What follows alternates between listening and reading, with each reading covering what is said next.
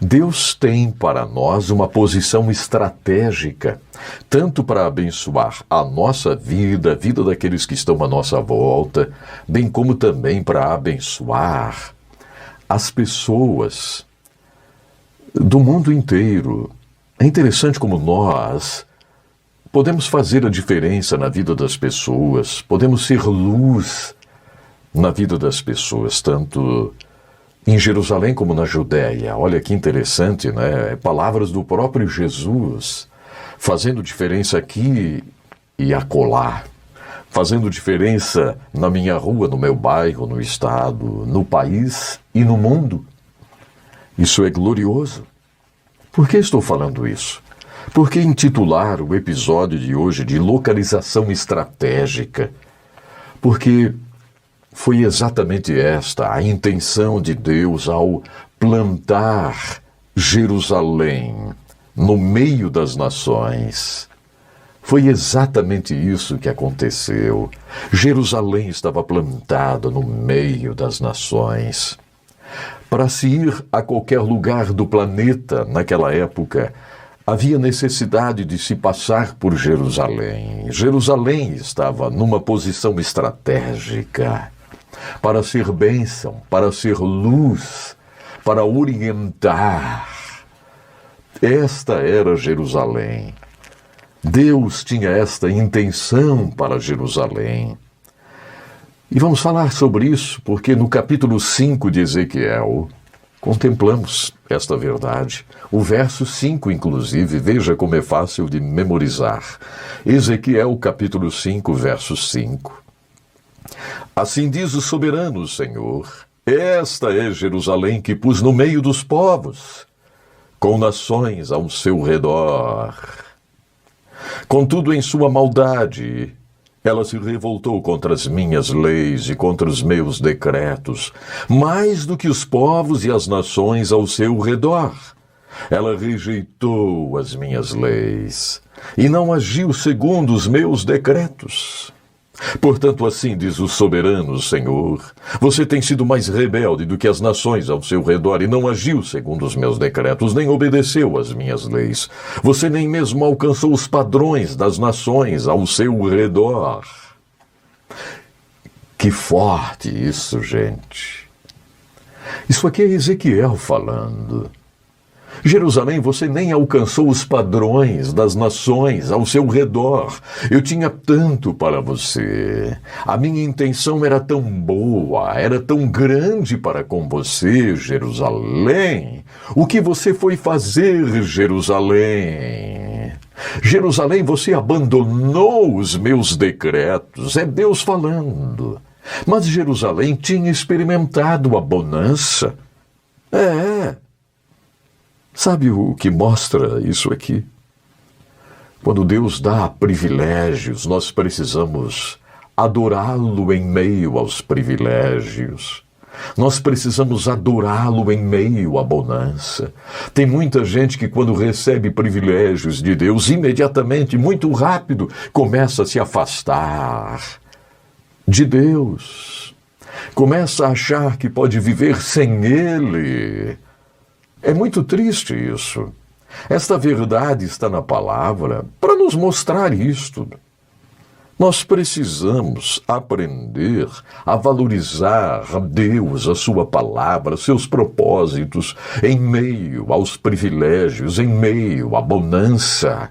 Como é forte isso! Eu espero que vocês estejam captando essa mensagem de hoje. Deus está usando Ezequiel não para falar somente com Jerusalém naquela época, mas conosco aqui. E Jerusalém aqui estava prestes a cair. Talvez 4, 5 anos e Jerusalém cairia logo depois desta palavra. Se você ler esse trecho aqui do capítulo 5 de Ezequiel, você vai entender isso. É interessante porque Deus me levou a esse entendimento rapidamente lendo aqui. E eu percebi que o título deste episódio precisaria ser exatamente este: localização estratégica. Ezequiel chama a atenção de Jerusalém porque eles haviam abandonado Deus. Isso aqui mostra que Deus tem intenções conosco. Deus tem intenções com você. Deus tem boas, ótimas intenções para com você sempre, sempre. Aprenda a valorizar estas boas intenções de Deus. Capítulo 6, verso 1. Esta palavra do Senhor veio a mim. Bonito isto. Eu falei para vocês que Ezequiel é um livro de detalhes, né? E Ezequiel tem o cuidado de dizer assim, ó: esta palavra do Senhor veio a mim. Filho do homem, outra vez, Deus deixando bem claro: você é um homem, Ezequiel. Você é um filho do homem, Ezequiel. Mais de 90 vezes a gente encontra isso aqui no livro de Ezequiel. Filho do homem, vire o rosto contra os montes de Israel. Profetize contra eles. E diga: ó montes de Israel, ouçam a palavra do Senhor. Aos montes e às colinas, às ravinas e aos vales. Estou prestes a trazer a espada contra vocês. Vou destruir os seus altares idólatras.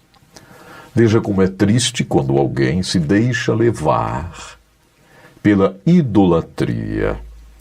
Quando alguém passa a adorar algo que não é Deus. E isso acontece muito nos nossos dias. Quantas pessoas afastam-se dos propósitos de Deus e passam a adorar a si mesmos? Passam a adorar o seu dinheiro, que é parte da bonança que falamos no último episódio. Deus estava triste com isso, não é verdade? A gente pode perceber aqui. Deus manda Ezequiel contemplar os montes, as colinas, voltando-se para Jerusalém. Impressionante. Mas dentro de tudo isso, dentro desta palavra tão forte, é possível a gente sempre encontrar, como encontramos aqui, o amor de Deus, a graça maravilhosa de Deus. Isso é demais. O verso 8 do capítulo 6 diz: mas pouparei alguns. Veja, quem está falando isso aqui? É Deus. Ele poderia ter dito: eu vou acabar, literalmente, com tudo. Tudo será acabado. Não. Outra vez o amor de Deus fala alto. Outra vez o amor de Deus se manifesta. Mas pouparei alguns. Lembram do dilúvio? Veio as águas do dilúvio e consumiu tudo. Mas, sempre tem o mas de Deus. O mas de Deus, minha gente, é a nossa salvação. O mas de Deus. O mas de Deus é que me coloca aqui hoje. É que coloca você aí hoje. Esta misericórdia, esse amor. Mas, diz o verso 8, pouparei alguns. Alguns de vocês escaparão da espada quando forem espalhados entre as terras e nações. Verso 9. Ali nas nações para onde vocês tiverem sido levados cativos, aqueles que escaparem se lembrarão de mim. Lembrarão como fui entristecido por seus corações adúlteros que se desviaram de mim e por seus olhos que cobiçaram os seus ídolos. Terão nojo de si mesmos por causa do mal que fizeram e por causa de todas as suas práticas repugnantes e saberão que eu sou o Senhor, que não ameacei em vão trazer essa desgraça sobre eles. Mais uma vez, uma palavra forte demais da parte de Ezequiel para o povo de Israel. Mas percebam algo que eu quero sublinhar nesse momento.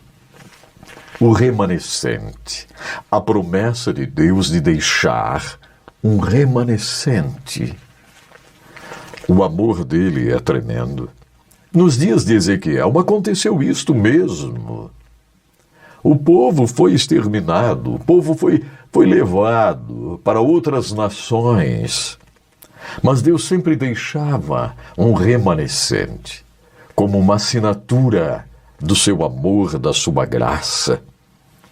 No ano 70 depois de Cristo, o general romano Tito também, ele invadiu Jerusalém.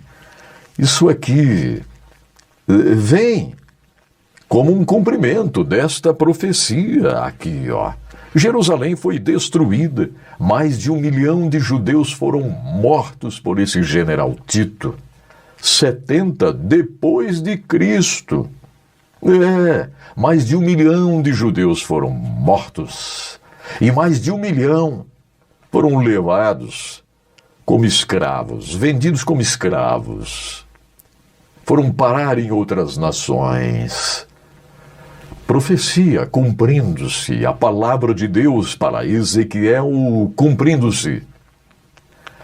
Podemos confiar em um profeta quando a sua palavra se cumpre. E Ezequiel, de verdade, era um profeta de Deus, hein? Mas no meio disto vemos a mão de Deus, a mão que ampara, mão que guarda, mão que deixa um remanescente, mão que não extermina tudo, mas mão que poupa alguns. É assim que começa, é assim mesmo, ó, que começa o verso 8. Mas pouparei alguns. Isso aqui é o amor de Deus. É o verdadeiro amor de Deus. É a esse amor que eu me dirijo agora em oração. Meu Deus, obrigado, Senhor, por mais esta palavra, por mais esse ensinamento. Obrigado, meu Deus, porque o teu amor sempre se manifestou e se manifesta. Obrigado, Senhor, porque em meio à tua tristeza, o teu amor está se manifestando, como vimos aqui, Senhor. Queremos ser alvo da tua bênção, do teu amor, mas com a tua misericórdia nos ajude, Senhor, a sermos fiéis a ti. Nos ajude, Senhor, a fugirmos da maldade, a fugirmos da inveja, a fugirmos da lascívia. Ajude-nos, Senhor, a fugirmos de coisas más, para não entristecermos o teu coração. Ajude-nos. Pela graça de Jesus, o teu Filho amado, ajude-nos a sermos fiéis a ti. Ó Deus, queremos ser alvo do teu amor. Queremos ser um remanescente teu para recomeçar o que precisa ser recomeçado. Obrigado, Pai, por esse ensinamento. Em nome de Jesus. Amém.